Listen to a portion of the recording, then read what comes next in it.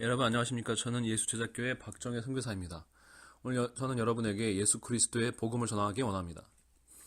예수님의 진리를 전하기 원합니다. 여러분이 어떻게 생각하고 여러분이 어떻게 믿고 믿지 않건 간에 하나님은 살아계시다는 것을 우리는 믿어야 됩니다. 하나님은 살아계십니다. 하나님이 살아계신 것을 하나님께서는 모든 만물 가운데, 모든 자연세계 가운데 하나님이 계시지 않으면 존재할 수 없는 이 자연세계를 만들어 놓으셨습니다. 여러분이 진화론을 믿건 아니면 여러분이 어떤 다른 시간에 우주의 기원을 맡든지 간에 하나님이 살아계시다는 것을 우리는 부인할 수가 없습니다. 그것이 사실입니다. 사람들은 하나님을 대적하기 때문에 하나님을 믿지 않으려는 인간의 그 악한 마음은 계속해서 지적으로 하나님을 대적하려는 수많은 논리들과 과학적인 사실들을 해석하는, 그 자체가 과학이 아니라 과학적인 사실을 하나님을 믿지 않는 논리로 해석하는 수많은 논리를 만들어냈습니다. 여러분은 그것을 배워왔고 여러분은 학교에서도 그렇게 배워왔습니다. 그러나 여러분의 본성 가운데 있는 깊은 마음의 소리를 들어보십시오. 여러분은 자연세계를 돌아보십시오. 여러분 스스로를 바라보십시오. 이것이 어떻게 우연히 그리고 어떤 생물 자체의 능력으로 생길 수가 있는 것입니까? 여러분 어떻게 생물이 자기 스스로를 발전시키고 생물이 자기 스스로를 개조시키고 어떻게 생물이 자기 스스로를 다른 종으로 만들어낼 수가 있겠습니까? 여러분 하물며 우리의 눈앞에 보이는 수많은 우리가 만들어 놓은 모든 것들도 우연히 만들어지지 않고 여러분 눈앞에 보이는 자동차, 여러분 눈앞에 보이는 비행기, 카메라, 텔레비전 어떤 것도 그 자신의 스스로의 힘으로 태어난 것은 아무것도 없습니다. 하물며 이 생명체라는 것은 인간이 만들어낸 그 어떠한 것도 비길 수 없을 만큼 정교하고 놀라운 것이 생명체입니다. 인간은 아직도 세포 하나를 스스로 만들어내지 못하고 있습니다. 복제만 할 뿐입니다. 근데 여러분 어떻게 이 생명체가 단백질이 어떻게 생겨나며 이 단백질이 어떻게 세포가 되고 그 세포가 심지어 엄청난 그 신비를 가지고 있는 이런 생물들로 태어날 수가 있겠습니까? 그 무엇보다도 우리 인간을 바라보십시오. 마음을 가지고 있고 감정을 가지고 있고 지성을 가지고 있고 도덕과 양심을 가지고 있는 이 특별한 인간이라는 존재가 어떻게 생겨날 수가 있었겠습니까? 그리고 어떻게 오직 다른 동물도 아닌 오직 인간이라는 이 종류만 이러한 특징을 가지고 있을 수가 있겠습니까? 이 모든 것 자체가 하나님이 살아계시다는 것을, 즉 우리를 창조한 모든 만물을 지은 우리를 훨씬 뛰어넘는 위대한 존재가 있다는 것을 증거하고 있는 것입니다. 또 여러분 스스로를 바라보십시오. 인간에겐 동물에게 없는 양심이라는 것이 있습니다. 도덕이라는 것이 있습니다. 이것은 자연세계에서 진화한다고 생길 수 있는 것이 아닙니다. 인간은 뭐로부터 인간을 뛰어넘는 도덕적인 법이 있다는 것을 인간은 알고 있습니다. 그래서 우리는 무엇을 잘못하면 거기에 죄책감을 느끼고 또 무엇인가 도덕적으로 옳은 행동을 느끼면 우린 거기에 대해서 자부심을 느끼는 것입니다. 그래서 우린 누군가를 비난하고 또 우린 누군가를 그 사람을 선하다고 칭찬할 수 있는 것입니다. 그것은 단순히 부모가 가르쳐줬기 때문도 아니고 선생님이 가르쳐줬기 때문도 아닙니다. 부모가 가르쳐줬다면 우리는 설사 부모가 옳지 않은 행동을 했을 때 그 부모가 잘못했다는 것을 알 수가 없습니다. 선생님이 가르쳐줬다고 하더라도 선생님이 가르쳐줬다 하더라도 선생님이 잘못된 행동을 했을 때 우리는 선생님이 가르쳐준 것이 아니라면 가르쳐준 것이라면 어떻게 선생님이 잘못된 것을 알 수가 있겠습니까? 여러분 우리는 어린아이부터도 이미 이 양심과 도덕을 가지고 있는 것을 발견하게 됩니다. 그것은 우리를 뛰어넘는 존재가 도덕적인 존재가 우리에게 양심과 도덕이라는 것을 우리에게 이미 선천적으로 심겨놨다는 것을 알 수가 있습니다. 다른 모든 지식과 다르게 이것은 선천적으로 내재되고 유전되는 것입니다. 여러분 다른 지식들을 보십시오. 인간이 만들어낸 모든 다른 지식은 선천적으로 유전되는 것이 없습니다. 그러나 이 양심과 도덕은 선천적으로 유전이 돼서 우리에게 전해집니다. 그것은 전혀 다른 것이죠. 그리고 우리가 이것을 어겼을 때는 단순히 내가 교육받은 것을 잘못했다라고 느끼지 않습니다. 우리가 학교에서 배운 산수 문제를 틀리고 수학 문제를 틀리고 영어 단어를 틀린다고 우리가 죄책감을 느끼지 않습니다. 우리가 단순한 교통법규를 어긴다고 우리가 죄책감을 느끼지 않습니다. 우리는 그것이 아니라 뭔가 내가 인간으로서 해야 할 것을 잘못했다는 죄책감을 느끼는 것입니다. 우리가 거짓말을 할 때, 우리가 누군가를 미워할 때, 우리가 까닭없이 누군가의 분노를 느낄 때, 우리가 욕심과 탐욕을 머들러서 우리가 하지 말아야 행동들을 했을 때에 우리는 우리 양심 속에서 내가 인간이라면 하지 말아야 할 행동을 했다는 것을 느끼는 것입니다. 그것은 부모가 아니면 선생님이 주는 그러한 아니면 다른 어른들이 주는 죄책감과는 전혀 다른 것이죠. 무엇을 말합니까? 바로 이 모든 양심과 도덕을 만든 창조자가 있고 그것을 세운 자가 우리 심령 가운데에 우리의 행동에 잘한 것과 못한 것을 우리에게 말하고 있다는 것을 의미하는 것입니다. 여러분, 하나님은 살아계십니다. 하나님은 살아계시고 모든 만물을 창조하신 전능하신 하나님이시며 하나님은 가장 선하시고 의로우신 분이십니다. 그래서 우리 인간에게 그 형상을 따라 우리를 만드시고 우리에게 자신처럼 양심과 도덕을 주신 것입니다. 그러나 우리는 우리를 창조하신 하나님을 믿지 않고 그분의 법도를 지키지 않고 그분의 명령에 우리는 따르지 않고 인간 멋대로 우리 멋대로 우리가 하고자 한 대로 살아왔습니다. 그래서 하나님은 자신의 선지자들을 보내시고 하나님의 말씀을 전한 선지자들 역사 가운데 계속 보내셨습니다. 그리고 그들을 통해서 말씀하시기를 모든 사람이 죄를 범하였음에 하나님의 영광에 미치지 못하더라라고 말씀하고 있습니다. 모든 인간은 죄를 범한다는 것입니다. 모든 인간이 이 하나님의 이 명령을 어기고 하나님의 마음을 어기고 하나님의 선한 뜻을 어기고 하나님을 믿지도 않고 하나님을 영화롭게도 하지 아니하고 오직 자기 멋대로 자기 좋은 소관대로 산다는 것입니다. 그래서 모든 사람은 하나님의 심판 아래에 놓여 있다고 성경은 증거하고 있습니다. 성경은 단순히 어떤 한 사람이 쓴 책이 아닙니다. 어떤 한 사람이 자기 스스로의 종교적인 깨달음을 쓴 책이 아닙니다. 이것은 하나님의 계시를 받은 수십 명의 하나님의 선지자들이 또 예수님과 예수님의 제자들이 쓴 책입니다. 그들은 모두 공통적으로 증거하고 있습니다. 모든 사람이 하나님 앞에서 죄인임을 증거하고 있습니다. 또한 성경은 밝히 말씀하기를 하나님의 심판이 있다고 우리에게 말씀하고 있습니다. 그리고 그것은 우리 인간 내재적에도 잠재되어 있는 본능적으로 알고 있는 하나님의 심판에 대한 두려움이 있습니다. 여러분, 모든 사람은 죽음 후에 하나님의 영원한 심판이 있습니다. 여러분이 지금 하나님이 믿지 않고 여러분이 하나님을 인정하지 않고 여러분이 하나님이 원하는 대로 살지 않고 있는 것이 여러분이 영원할 것 같아도 여러분의 삶에는 반드시 끝이 있습니다. 여러분이 하나님을 무시하는 것도 반드시 끝이 있습니다. 그 뒤에는 여러분이 이 땅에 올 때도 여러분의 원대로 태어나지 않았던 것처럼 우리의 원과는 상관없이 영원한 심판자 되시는 아버지 하나님 앞에 여러분은 서야 되는 것입니다. 그 하나님 앞에 섰을 때 우리가 지금까지 하나님 앞에 지어온 모든 행위들이 다 심판을 받고 영원한 심판이 놓여져 있는 것입니다. 그러나 하나님께서는 우리 인간을 사랑하시고 우리 인간을 구원하기를 원하십니다.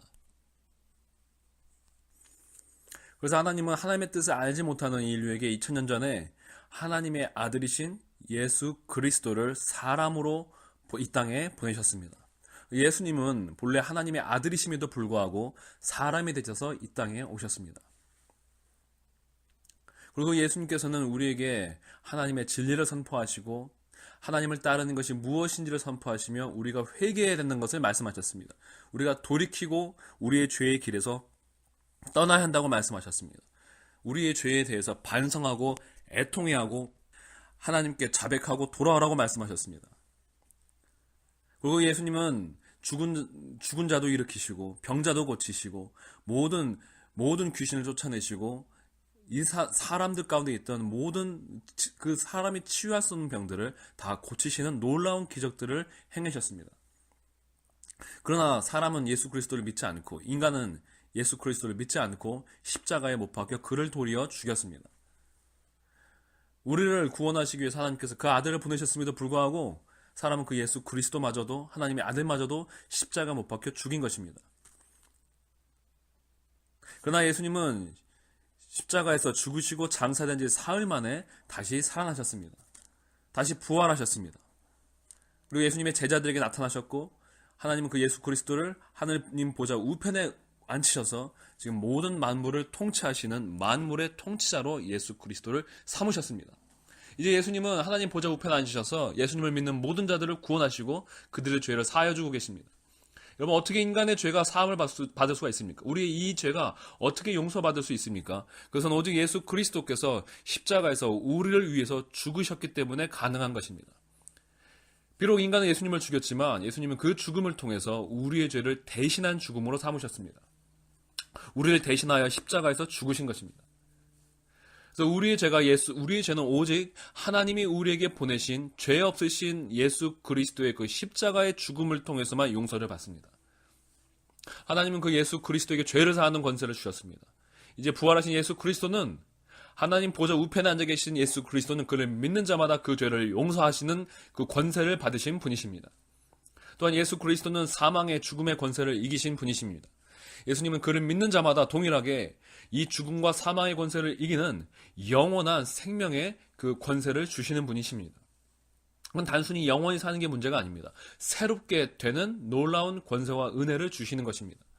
그래서 예수 그리스도를 믿는 자마다 참으로 회개하고 진심으로 회개하고 예수 그리스도를 믿고 따르려고 하는 자에게 예수님께서는 새 생명을 하나님의 영이신 성령을 거룩한 영을 그 영혼의 부으심을 통해서 보내주심을 통해서 우리의 영혼이 타락하고 부패한 인간의 영혼이 다시 새롭게 되는 은혜를 허락하여 주십니다.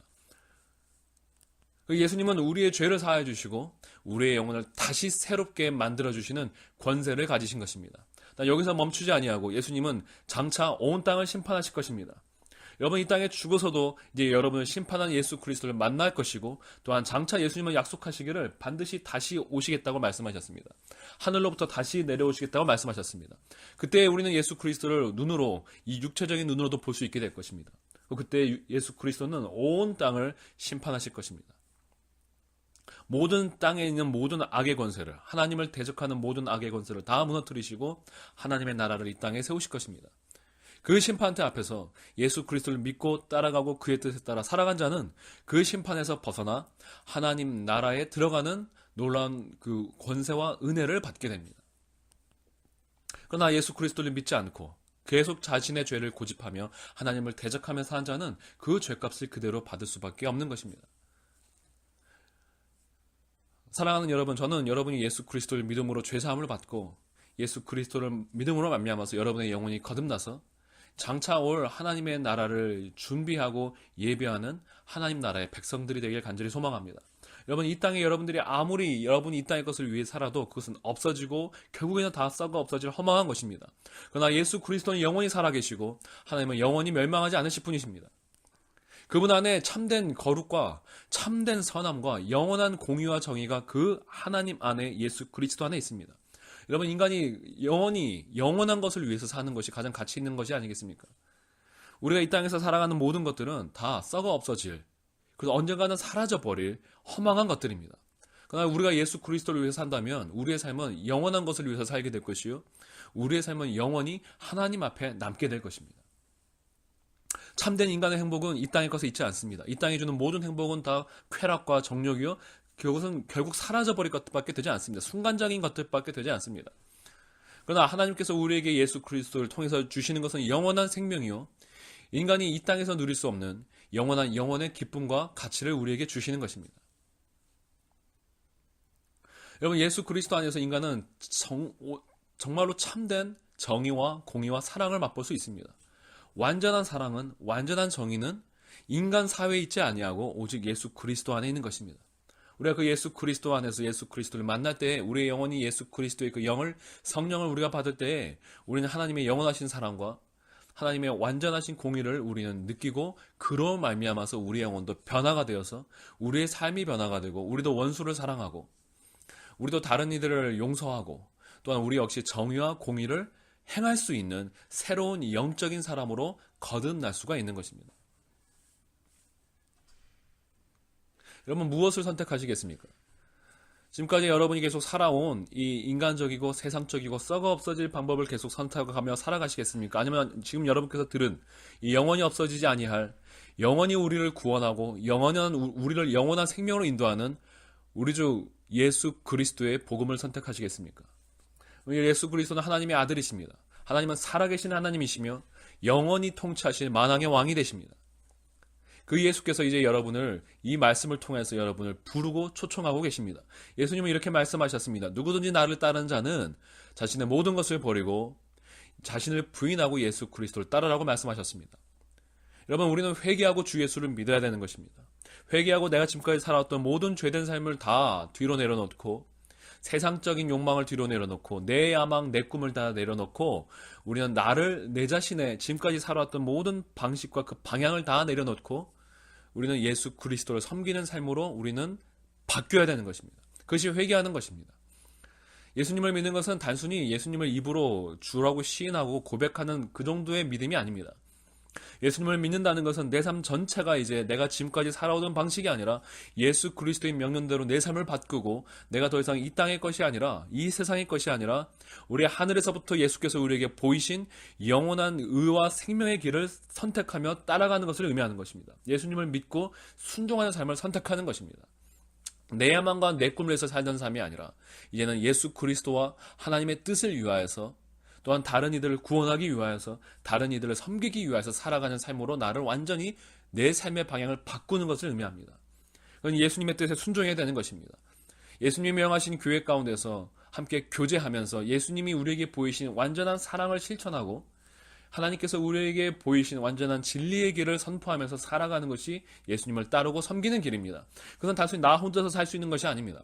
예수님은 우리가 함께 형제와 자매를 이루어서 믿는 자들이 함께 모여서 예수님을 섬기라고 명령하셨습니다. 그래서 교회를 이루는 것은 예수님의 명령입니다.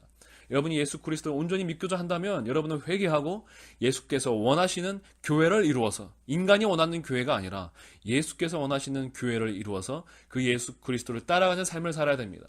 여러분 그 삶만이 이러한 삶의 방식만이 온전한 생명의 길이요 예수 그리스도께서 주시는 영생에 이르는 길입니다. 이거는 결코 쉬운 길이 아닙니다. 예수께서 말씀하시기를 예수님을 따라가는 길은 마치 좁은 길과 같다고 말씀하셨습니다. 예수님을 따르기를 결정하는 것은 좁은 문과 같다고 말씀하셨습니다. 이 길은 협착하여서 매우 힘들다고 말씀하셨습니다. 그렇습니다. 여러분 예수님을 믿고 따라가는 길은 제대로 믿고 따라간다면 수많은 핍박과 고난과 세상에서의 역경이 기다릴 수 있습니다. 그러나 그 끝은 영원한 하나님의 생명이 기다리는 것입니다. 그리고 그렇게 선택할 때 우리는 이미 우리 영혼에서부터 세상이 주지 못하던 하나님의 기쁨과 하나님의 평안을 맛볼 수가 있습니다. 내 영혼이 정결하게 되는 것을 우리는 경험할 수가 있습니다. 삶의 열매가 변하는 것입니다. 탐욕과 욕심과 야망으로 뭉치던 내 삶이 하나님의 거룩과 하나님의 선하심과 하나님의 의로움의 열매를 맺는 삶으로 바뀌는 것입니다. 여러분 우리가 이 땅에서 잠시 살아가는 삶에서 어렵고 힘들더라도 영원한 생명의 길을 선택하는 것이 우리가 이 땅에서 쾌락을 누리고 이 땅에서 원하는 야망을 누리다가도 영원한 멸망에 가는 길보다 훨씬 지혜로운 선택이 아니겠습니까? 우리를 위하여서 우리를 사랑하여서 목숨을 버리신 하나님의 아들을 믿는 것만큼 더 가치 있는 삶이 무엇이 있겠습니까? 여러분 하나님께서는 우리를 사랑하셔서 그 독생자를 우리에게 주셨습니다. 이 위대한 사랑에 우리가 응답하는 것이 마땅하지 않겠습니까? 하나님의 아들께서 여러분을 사랑하셔서 자기 자신의 몸을 버리시고 그 몸을 십자가에 못 박혀 죽게 하신 만큼 우리를 사랑하셨습니다. 또 부활하셔서 우리에게 영생을 주시고자 우리에게 이 복음을 전하고 계시는 그 예수 그리스도를 믿는 것이 우리에게 영원한 생명의 길이 아니겠습니까? 사랑하는 여러분, 여러분이 이 복음을 듣고 예수 그리스도를 믿으시길 간절히 소망합니다. 그리고 예수님을 믿고 저희 교회 가운데 와서 함께 이 예수 그리스도가 우리에게 보이신 이 생명의 좁은 길을 가고자 하시는 분들은 저희 전단지에 있는 이 연락처로 연락을 주시길 바랍니다. 감사합니다.